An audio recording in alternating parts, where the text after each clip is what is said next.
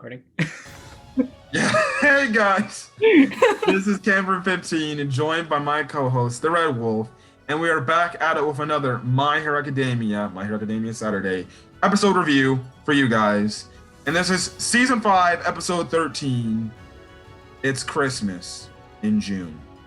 And it's okay. If you go to a baseball game, sometimes they have those Christmas themed, homestands where they have a Christmas in June for the week when you go to those baseball games because they can't celebrate it because they don't take place during the holidays. But hey, it was a nice episode. Another episode, Calm Before the Storm. It seems like next week's gonna be another Calm Before the Storm episode. Because I know a lot of people are like, are we gonna get the My Villain Academia arc, please and thank you? I think we are. I think they're just stalling for about a week or two. And I'll give my reasons why later. But yes, Christmas episode. It's very rare we get Christmas episodes in anime because for some reason animes don't focus on real world events. Well, unless you count Toradora. Yeah, those slice of life animes. Yeah, by Shonen Jump animes. That's pretty interesting. Yeah. Anyways, let's talk about this episode that is not filler, that was actually in the official canon. If you need to go read the manga, please go read the manga to prove it that this is a canon episode, because this is not an offshoot filler. Because this is in the manga. If you want to go fast, go get yourself a Viz Media manga subscription. It's only $1.99. I know I'm plugging that in, but $1.99 to read any chapter of My Hero Academia you want. Damn, that's honestly a steal. Whatever you say, man. Whatever you say. Anyways. Now we start the episode off that has a big thing said 9 days ago in the city called Deca City. We see just utter destruction, utter chaos. Just buildings falling down one by one. And we see an individual just get up and he's like and that's Shigaraki, ladies and gentlemen.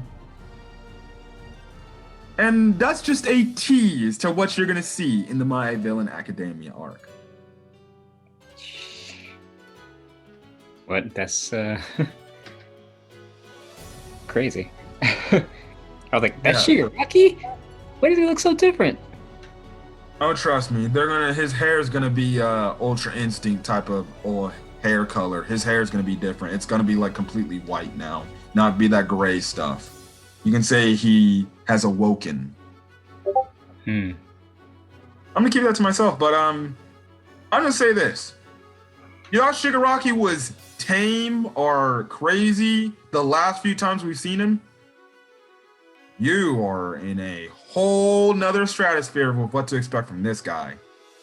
This guy is gonna go legit Carnage levels of insanity. And if you know Spider-Man, you know how crazy Carnage is. Yes, that deserved a gulp right there.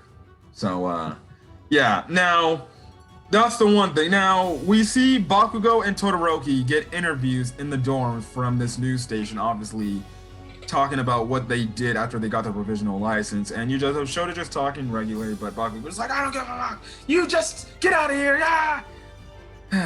Yes. Now, after that, we cut back to Class 1A in their classrooms, and they're just talking and making fun of freaking interview that they did and stuff like that. But in the meantime, our boy Deku is looking at the aftermath of what the city of Deca City looks like. Now, we find out that there was a riot of 20 people that drove the city into destruction in 50 minutes. So the League of Villains took down this entire city in 50 fucking minutes. That's 10 minutes away from an hour. Again, keep in mind when I say Shigaraki has awoken. He was the only person who we know can destroy things.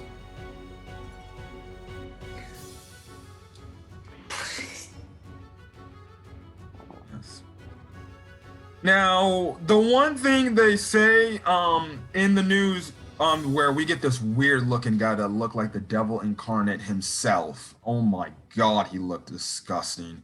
Did you see that guy? Yes. He looked like a fusion of the devil and freaking vampire. I never want to see that character again in my life on this anime. Because if I do, I might actually throw up. He looks more like a monkey to me. Not to be racist to you Saiyans.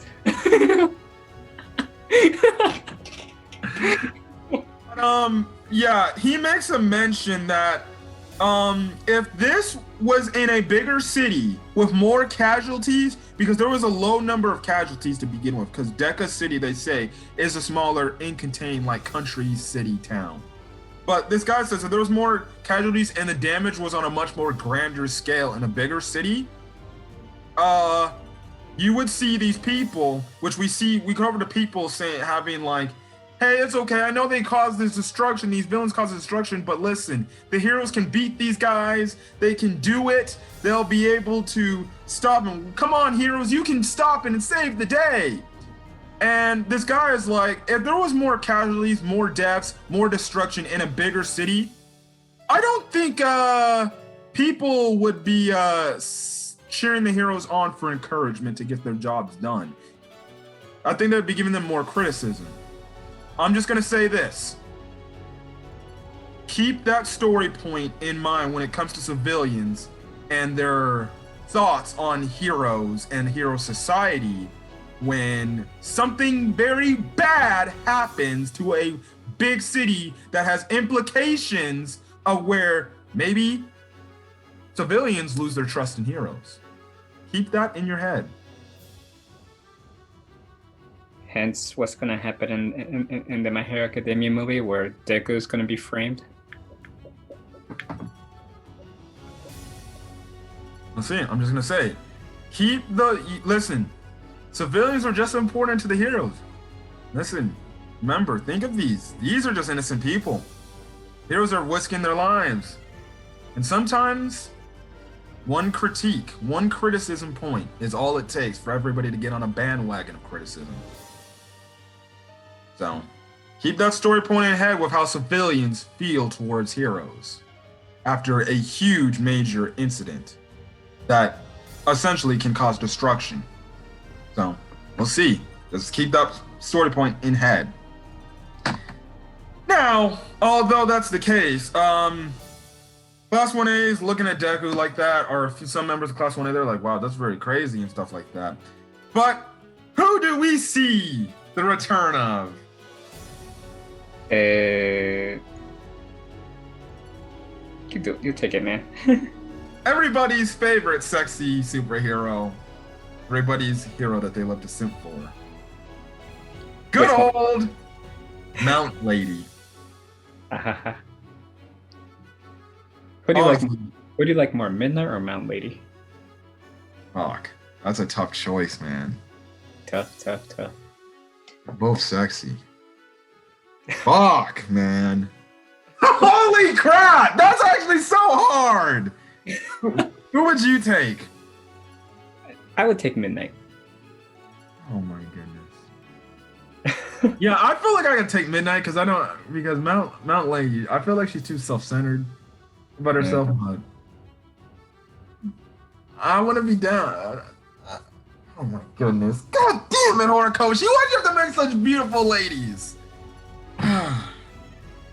Welcome to the anime universe. Yes. What I found funny is how when Mount Lady entered the room, they literally pan her, showing off her butt, which is obviously a clear-cut fan service scene right there.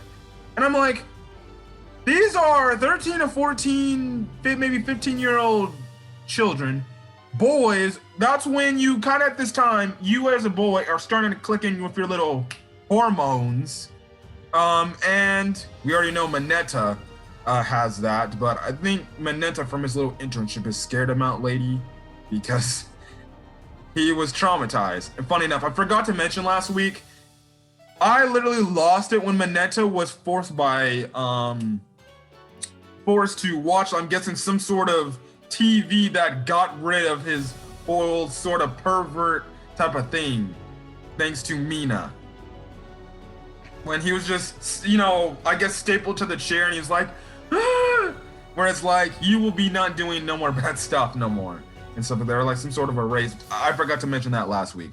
But I'm like, I mean, you say that they're all 15 and like children at this point, but have you forgotten how Momo dresses? yeah. But I don't think they really care, but who knows? I know Mineta cares. Indeed, as well as Ochako's design, which is so skin tight and stuff. Yeah. But the reason why Mount Lady's there, or what's the reason why Mount Lady's there? She wants to do some kind of interview, apparently. Yeah, they're just essentially doing mock interviews after they get interviewed, after they do their hero duties. So essentially what they're doing is kind of just introducing themselves and showing off what their quirk is to the public and stuff like that. Yeah, let me just say, I just love some of the backhanded comments by Mount Lady.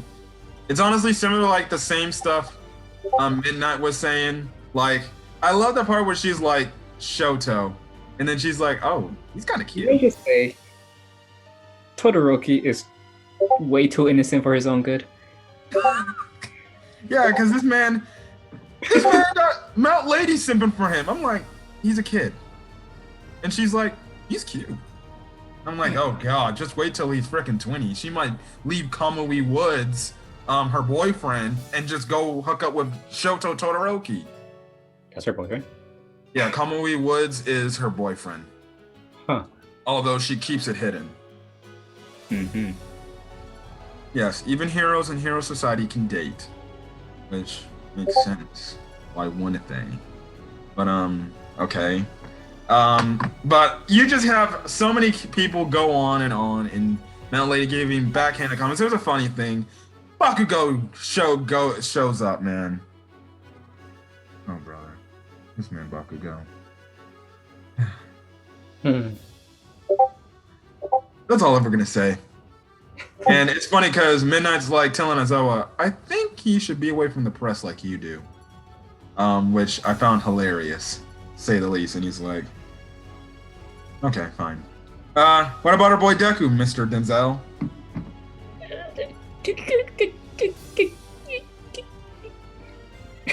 He learned the hardening technique.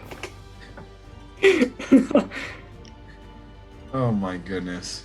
So, what does Deku show off that he thought was happy, but everybody thought was pretty worthless? He basically let a small little black whip, apparently to show that he can control it somewhat. But then Bakugo's like, don't be amazed by such a stupid small thing. And pause. Yeah, that's the thing. Obviously, Deku's getting a little bit better, but like I said last week, he's still not fully ready yet to fully access its full capabilities. But who knows? Maybe this apparent internship with Endeavor might actually help. So we'll see. So that kind of ends the whole thing there. Now we cut over to All Might, and we see that Principal Nezu's come in, and he's telling him like, oh, yeah, I wanted to tell you that we're starting up the work studies program again. And All Might shocked. And then two, Nezu's like, oh, what's that? Now, if you look closely, All Might, it looks like he's making a notebook for Deku, because it says on the past wielders history for Midoriya, which means All Might has been getting data and information about the past users of One for All, and essentially what their quirks were and what era they lived in and stuff like that. And then he's going to probably give it to Midoriya or Deku to be prepared for whenever the next quirk is going to be coming, or to get an understanding what all these previous users' quirks are. Do you like that he's doing that? Yeah, actually. So, yes. I think it's pretty cool and pretty smart of him to be like, well, we can't make sure we have another incident like in the last arc with Blackwood going haywire, where Deku's doing his hero stuff, and then lo and behold, another quirk activates, and it puts him and his other classmates in danger. So he's gonna get this notebook, obviously to keep it hidden, because he was like, oh, this is nothing, this is just kind of notes for stuff. Too. Also, Nezu also tells him that there's like, or it was mostly to Aizawa, that he has another special commission to do. Now we see this meeting between all the teachers at UA, and essentially we find out the reason behind the work studies being started up again. And essentially Nezu's like, well, you see, in this time of need right now, with All Might retired, and it seems like there's more villain groups and gangs being big in the world, you know, especially with the incident of the Deca City incident not too long ago, because remember, this is all happening 9 days after what takes place in the My Villain Academia arc. And essentially they're like, well, the Hero Safety Commission wants students to be on the job to be prepared. And you really have to question the Hero Safety Commission of saying, you want, mind you, first year students of whatever school in Japan to go on job duty with little experience they have in the hero field and help pro heroes take down villains? I don't know if that's exactly smart. I don't know. And there's a reason why they're keeping this hidden. Because if this got out, like they said, like if they got this out, the public would be in an uproar. They'd be like, why are you guys letting kids do the jobs of the heroes? Which again, are we seeing that the Hero Safety Commission can't be trusted? They're doing some very shady stuff that in the background, huh? Mm-hmm. They're making kids do adult work. Now, listen, I'm all be it for getting field work and stuff like that, because you can treat this like an internship, essentially. This is what these things are. It's like internships. But regardless, you're putting kids' lives on the line at the end of the day. And if they're not careful enough, next thing you know, you have these people come to these children's parents' house and be like, yeah, we're sorry, but your son passed away in a tragic accident trying to stop a villain. Oh my god. Again, would that not have civilians losing trust in hero society? Did I just get spoiled? No, to my knowledge, there has been nothing that happened to any kids. Uh-huh. Oh. Huh. Okay. But what are your thoughts on the Hero Safety Commission? Do you think we can trust these guys, or do they look shady? Because that old lady looks shady. He does look shady. Ever since I saw Hawks working with these people. Yeah, and then remember, these are the same guys that told Hawks, go get into the League of Villains.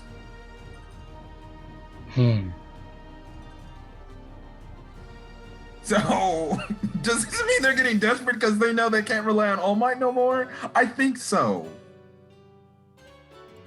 And they're gonna get arrested. Go ahead. Well, they're gonna get arrested. Well, if the word gets out, they might as well just get themselves handcuffed. We'll see what the Hero Safety Commission and how shady they're going on. Now, after all that stuff, what do we get in the rest of the episode, Denzel? That everybody Christmas. loves this holiday. Jolly, let's be jolly, man. Yeah. In June. Yay. Christmas in June. Everybody's wearing their Santa costumes except Bakugo. Don't sneak up on me. Yes, everybody's has obviously a nice thing. We see the return of Eri yet again for another episode, and my god. Must protect Eri at all costs, man. She's so adorable. She's so cute. She's like trick or treat. How many different holidays did she say instead of Christmas? Halloween, Easter. I think that's it. There was another think- holiday that I had no clue what that holiday was about. So What did you say exactly though? yeah, but it was adorable. It was just so cute. Aries just adorable, and you just get a slideshow of them celebrating their Christmas together again. Like my co-host said, it isn't too. Hey guys, sorry for that weird, obnoxious cut.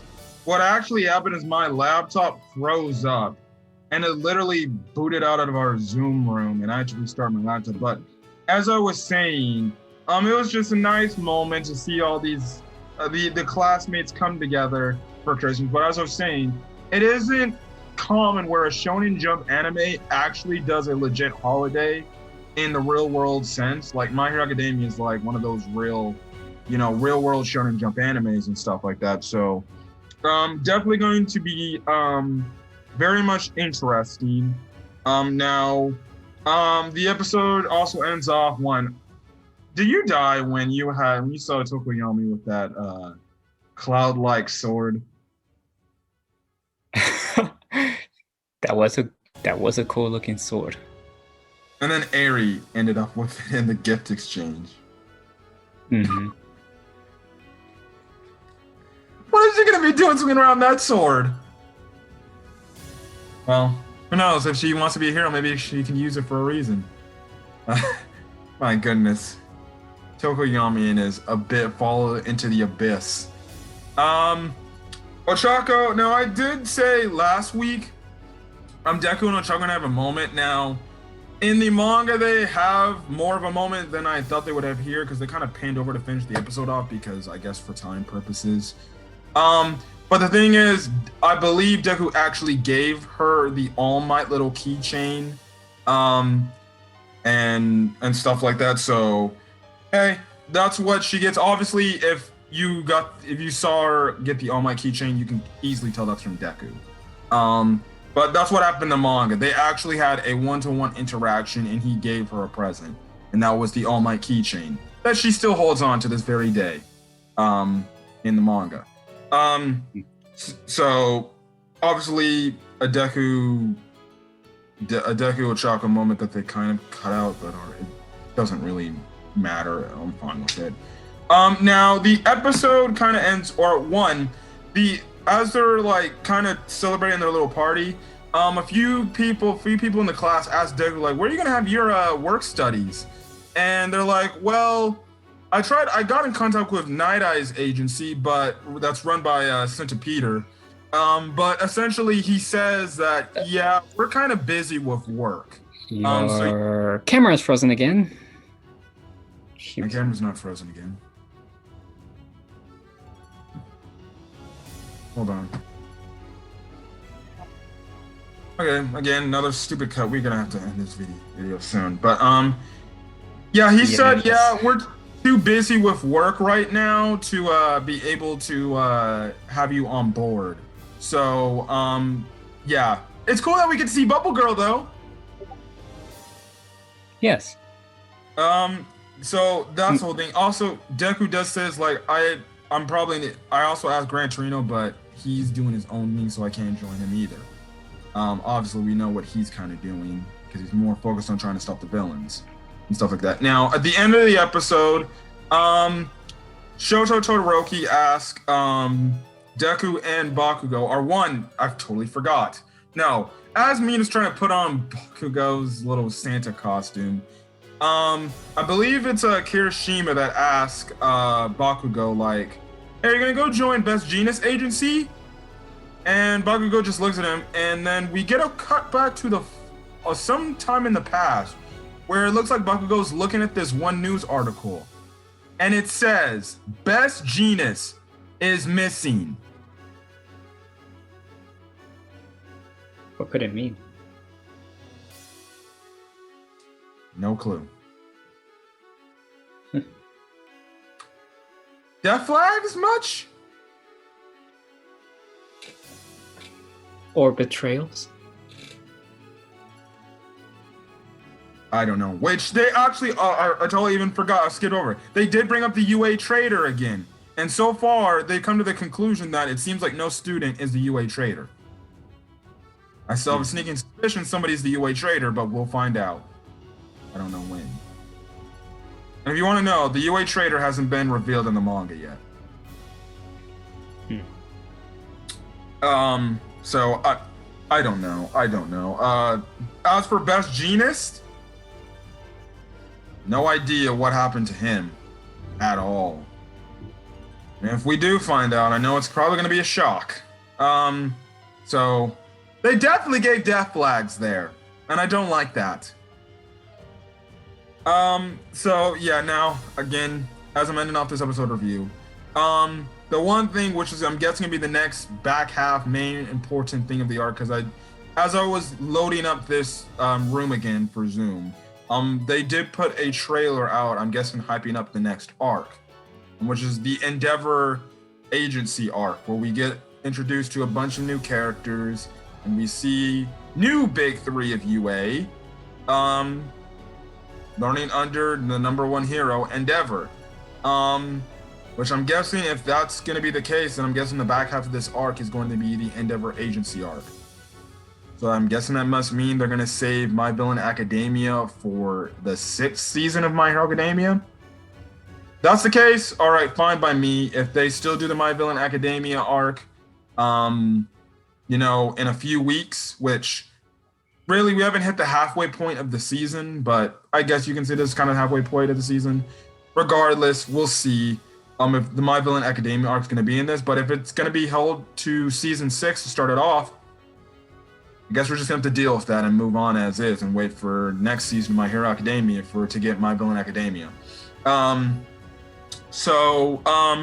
the end of the episode, Shoto asks Deku and Bakugo, hey, if you guys have no internships to go to, you mind coming with me to go to Endeavor's agency? And that's where the episode ends off. Next week, we're going to see the new big three of UA, which we already know that's going to be the case. Get into Endeavor's agency. And for surprisingly, he's like, look happy. He's probably going to say, Shoto, you have friends? Great! I can already see that. Is that really an Endeavor thing to say? No, but he's probably going to be happy that he has friends. No. But, I mean, I can hear you. Okay, you're back to normal again. Jeez. Yeah, we'll see. We'll see. And who knows? Maybe we'll dive into more of that Todoroki drama.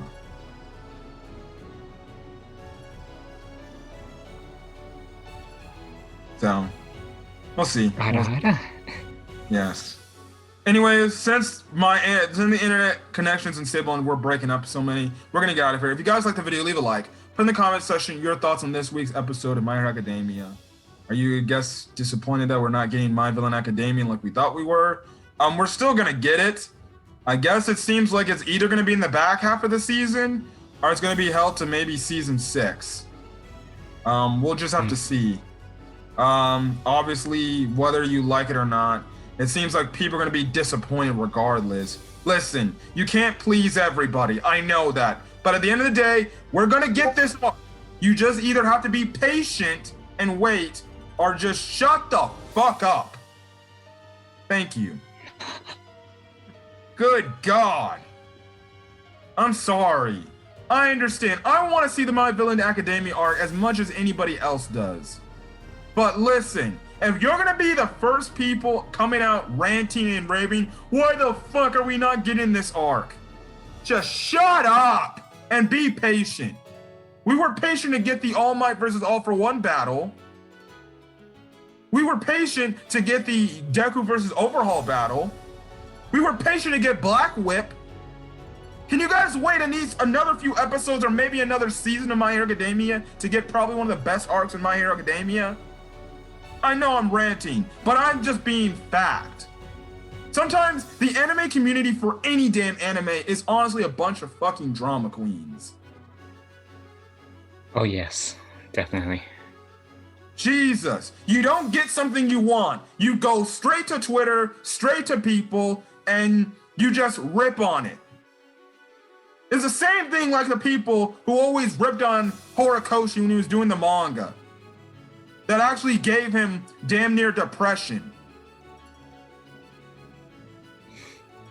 I'm not tolerating people like that. I understand you want something, but guess what? Good things happen to those that wait. So the least we can do is be patient for the My Villain Academia arc to come. Listen, My Hero Academia is on fire. We got a new season, a new movie's on the horizon. And you're telling me you can't wait another season if that ends up being the case for My Villain Academia? I understand. Am I a little upset too that we're not getting the Your screen is frozen again. Really?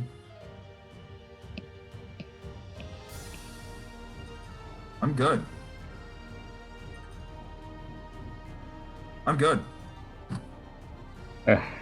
Mine constantly freezes. Why? Yeah, we're gonna have to get out of here. But as I finish up my rant, listen, we're gonna get it. We're gonna get it. Just be patient. If you're gonna rip me and say this guy's a liar, fine. Your thoughts on people who want to see the My Villain Academia arc and just are gonna be upset about if we don't get it this season. Here's everything that I feel in the anime community. You're speaking everything I felt with every anime I watched. There's always gonna be those people that they basically just ruin the anime for you. Sometimes too. So. Yeah. Sometimes it's the equivalent of what you call spoiled ass people. Mm-hmm. Anyways, we're gonna get out of here, guys, because we got internet issues and stuff like that. So yeah. Other than that, guys, if you guys liked the video, leave a like, put in the comment section your thoughts on this week's episode of My Hero Academia. Hit that subscribe button if you want to get more My Hero Academia content. Again, I think I'm probably gonna start moving my manga chapter reviews back to Sundays. So again, manga chapter was crazy. If you read the manga for My Hero Academia, it was crazy this week. So I'll see you guys tomorrow for My Hero Academia manga chapter 317. And other than that, we're gonna get it for. Hopefully you guys have a great rest of your day. Until then, guys, see you guys later. Peace.